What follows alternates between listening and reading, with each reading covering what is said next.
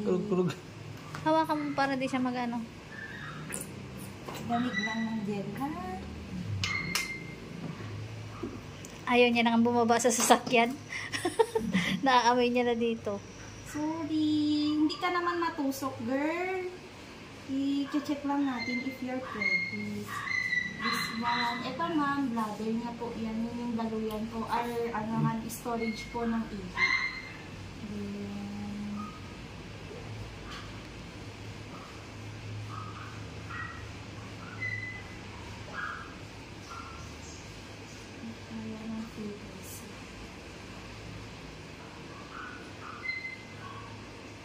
Alam ma'am, may heartbeat. Agoy.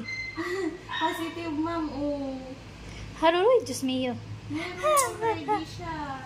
Bitin natin. Pero ano ma'am ha, maliit pa kasi ito, hindi pa totally talaga na form. Yan ba yung nangingitim? Tingnan natin. Or baka nag-muscle lang. Wait lang. Ito yung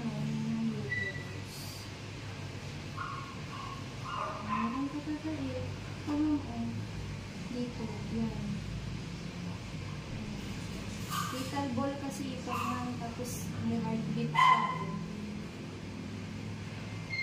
Confirmed mo. Ito, may heartbeat siya. Tapos ano siya ma'am, ito yung isang copy kung bibilangin niya. Pero hindi pa siya ganun ka totally formed na. Peggy talaga siya. Ito mo, mas magandang view. Isa lang? Yes, ma'am, yung nakikita natin.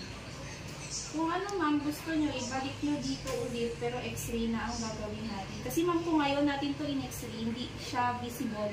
Hindi pa nakikita, ma'am, yung totally na buto ng mga fetus. Kasi tissue pa lang, ma'am, yung makikita natin dito. Nagpo-form pa lang yung laman niya. Pero may heartbeat na tayong nakita na isa. Hindi pa naman final, ma'am, actually, kasi nasa, kumbaga, trimester, nasa first pa lang siya. Pero ito, ma'am, Sa mga January first week. second week, ma'am, ang possible na labor niya. Pero kung ipapa-x-ray nyo, first week, ma'am, dali niya na dito. Oh, ito, ma'am, ano ba? Parang may valve na gumagano. Yun po yung height ng papi.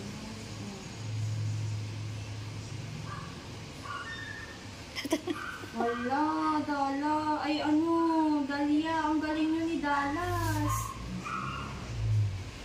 Oh, see? Malakas, ma'am. Oh, isa yung visible na fetal balls dito, ma'am. Possible mag-alpha ito. Nagpo-form pa lang yung ito.